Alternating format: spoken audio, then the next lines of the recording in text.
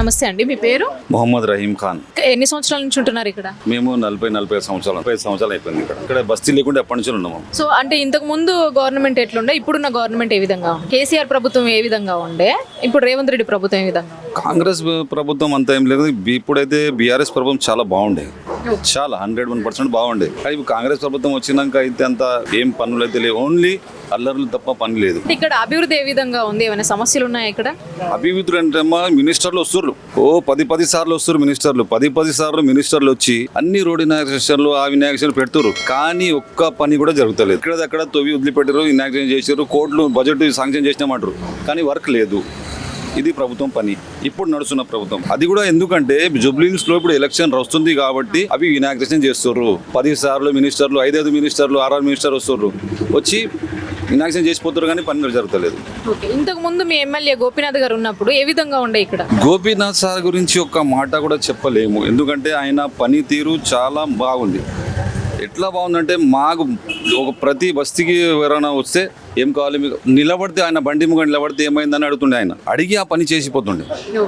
అంతే, ప్రతి బస్తీకి ప్రతి వీధిలో ఎవ్వరు అంటే గోపీనాథ్ సారే అంట. పని చేసిందంటే గోపీనాథ్ సార్. ఆయన ఇట్లా ఇనాగ్రేషన్ చేసి వదిలిపెట్టడం కాదు, ఇనాగ్రేషన్ చెయ్యక ముందే పని చేస్తుండే ఆయన. ఇనాగ్రేషన్ ఎందుకు మనకు అంటుండే, అట్లాంటి పని చేసిన ఆయన చాలా మంచి పని చేసింది. అంటే ఇప్పుడు ఆయన చనిపోయిన తర్వాత ఇక్కడ బై ఎలక్షన్ వస్తుంది, సో బీఆర్ఎస్ నుంచి వాళ్ళ భార్యని సునీత గారిని నిల్చోబెడుతున్నారు, కాంగ్రెస్ నుంచి కూడా ఉన్నారు. మరి మీరు ఏ పార్టీని గెలిపించుకుంటారు ఇక్కడ? మేము చూడండి అమ్మా, ఈసారి బీఆర్ఎస్ నే గెలిపించుకుంటాం. ఎందుకంటే ఇప్పుడు తెలవాలి వాళ్ళకు, కాంగ్రెస్ వాళ్ళకి ఇది తెలవాలి. బీఆర్ఎస్ గెలిస్తే మాకు వాళ్ళకి సిగ్గున్న వస్తుంది, గెలిస్తే ఏం కాదు. బీఆర్ఎస్ గెలిస్తే వాళ్ళకి ఏం కాదు, కానీ వాళ్ళకి సిగ్గు వస్తుంది అంతే.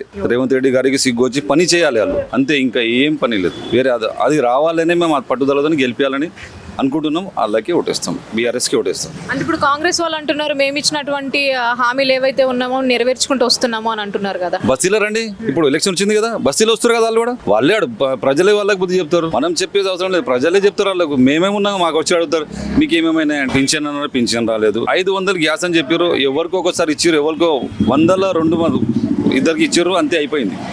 అది కూడా అయిపోయింది, ఆగిపోయింది.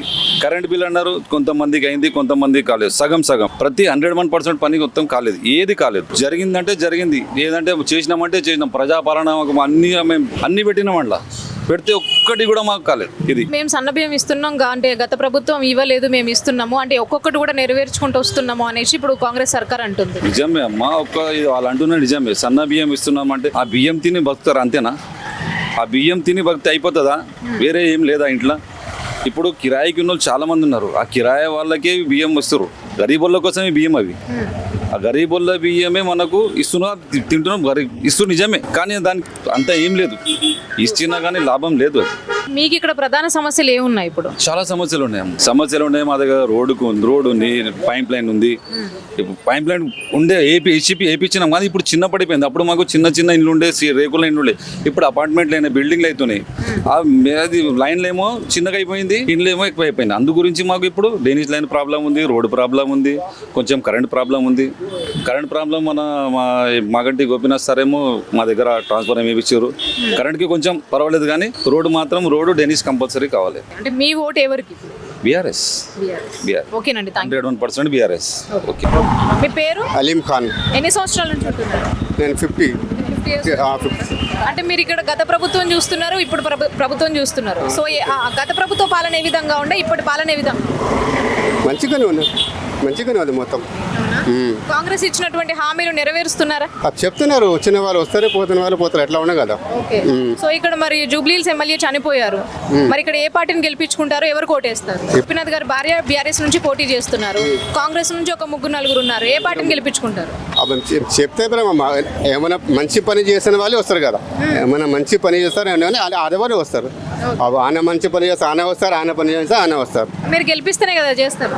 అది గెలిపించాలి అంటే మొత్తం చెప్పాలి కదమ్మా.